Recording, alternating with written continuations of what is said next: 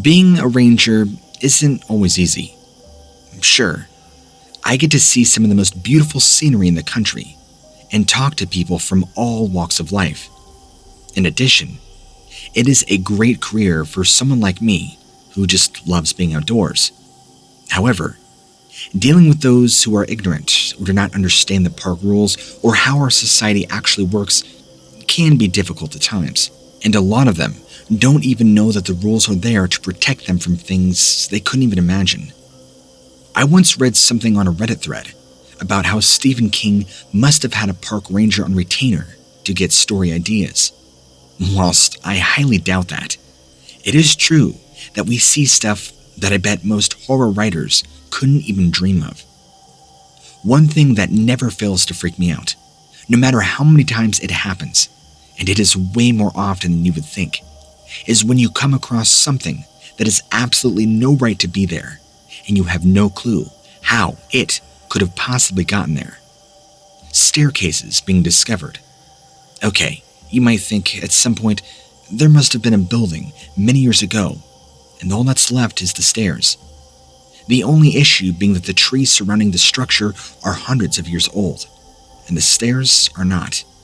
So there couldn't possibly have been any building there, and none of the trees are damaged, and there is no route or trail leading up to the area for some big-time practical joker to plant it there for some YouTube show. They're just there. Same with abandoned cars.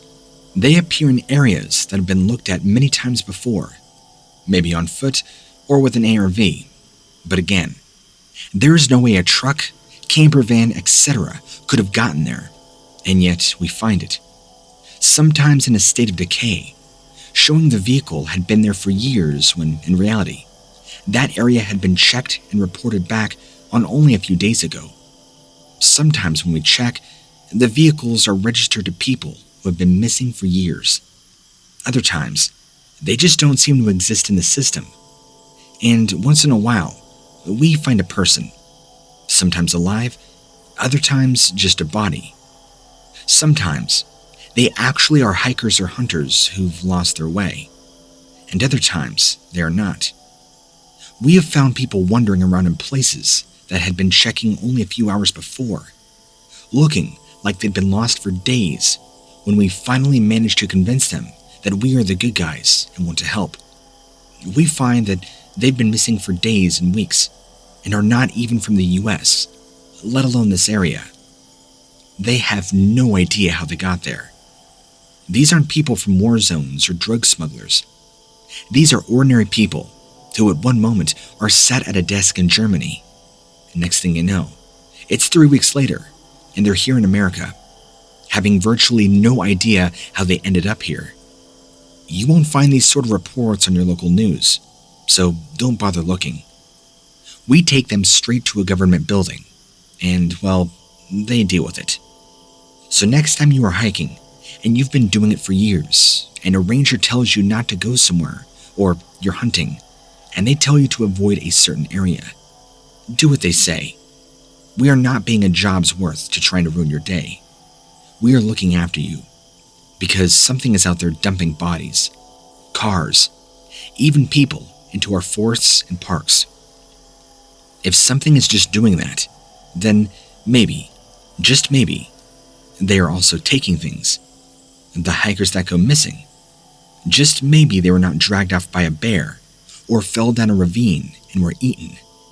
Maybe they'll turn up somewhere in the middle of the desert and the country's government will come along and deal with them.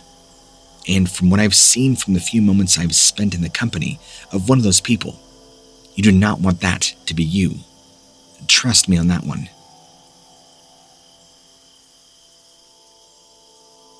Here, in the remotest parts of this land, we don't see much at night.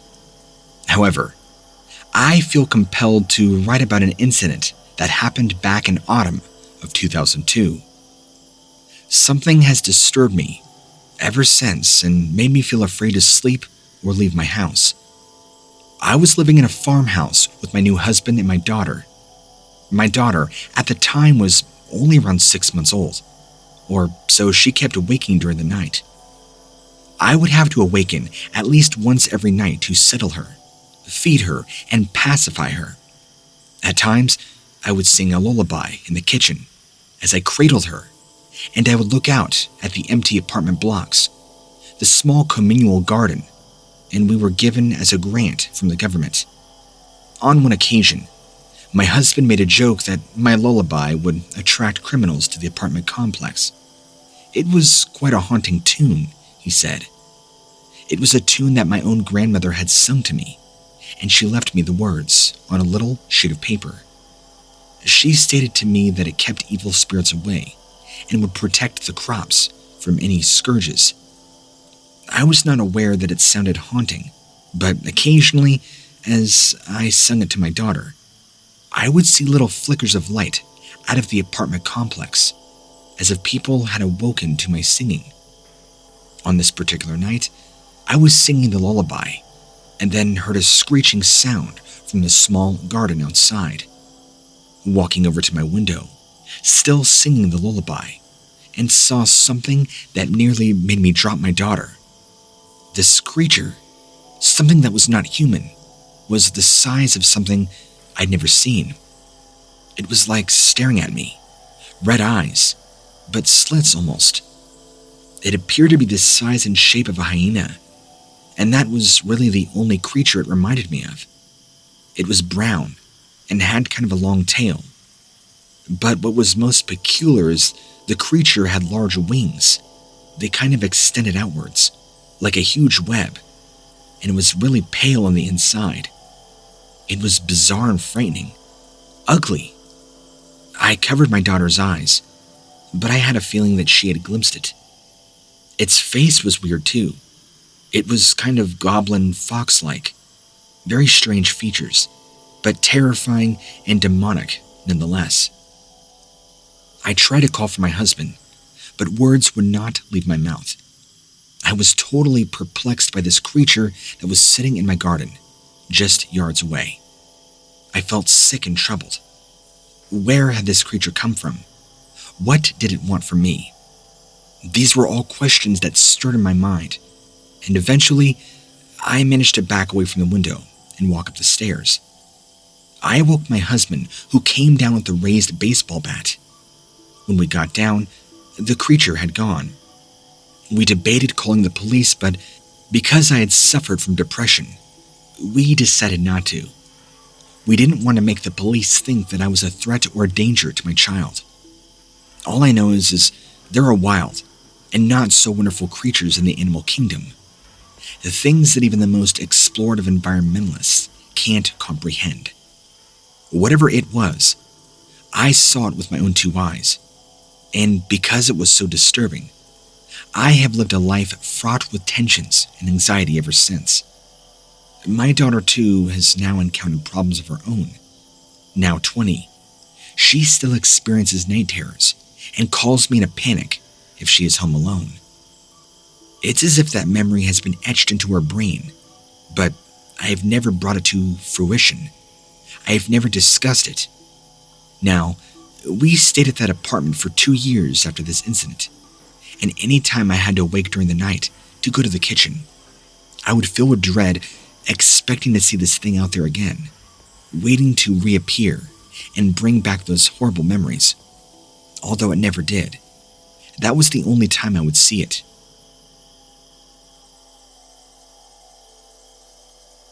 I'm writing this to make an inquiry about the disappearance of a French student known as Michelle. I know this sounds odd as today in 2021, but Michelle was last seen hiking in the Six Rivers Forest here in California back in 1996. I think I have a lead. I am 22 years old, and I was hiking in the Six Rivers Forest a few weeks back with a boyfriend. We are both seasoned hikers, and are so used to seeing strange creatures, strange flowers and growths.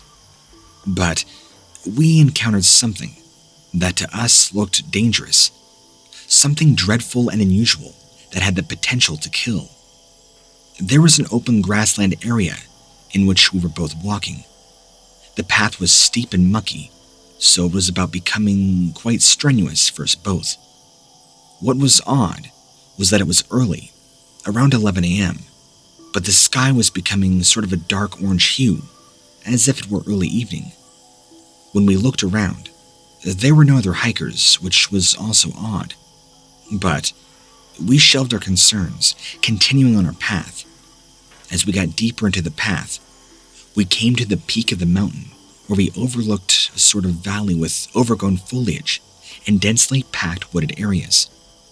My boyfriend shouted, "Look!" and my eyes swept down to see something on the valley. Something that I initially thought was just an hallucination. It was a creature, such as I'd never seen before. It was made up out of trees and branches and foliage, but it was in the shape of a large deer.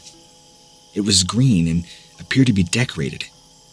The branches throughout its body, too, were decorated in various patterns, kind of giving it a sense of structure. And that it did. As I had good eyesight, I could make it out clearly, and could see even its face had tiny eyes, and its antlers, too, were made up of branches and wood.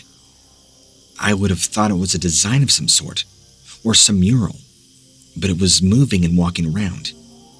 It lowered its face to the ground, seemingly for food, and every so often, little sparkles of gold dust flew out of its antlers, dancing into the morning sky. When we took out our cameras, our phones were both paused. It was so frustrating, as we had never seen such a thing before. It was walking around a small open area, surrounded by woodland and a small pond.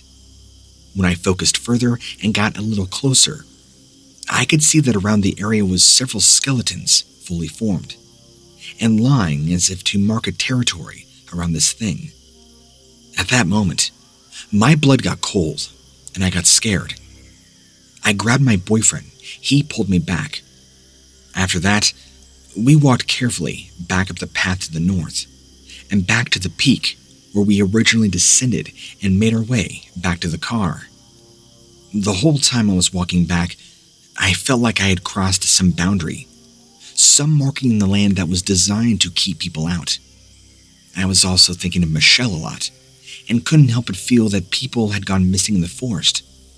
They couldn't have possibly been harmed by this strange creature. I figured that even as a park ranger, in their infinite wisdom of nature, they know that this is not beyond the realm of possibility, and that things exist within the universe that we have not quite grasped. I therefore am contacting them in hopes they can help me search the area, preferably with a team and a chopper. I can give them exact composites on the map where we encountered this thing. We owe it to the people who enjoy the forest, for our children and their children, for Michelle and her family.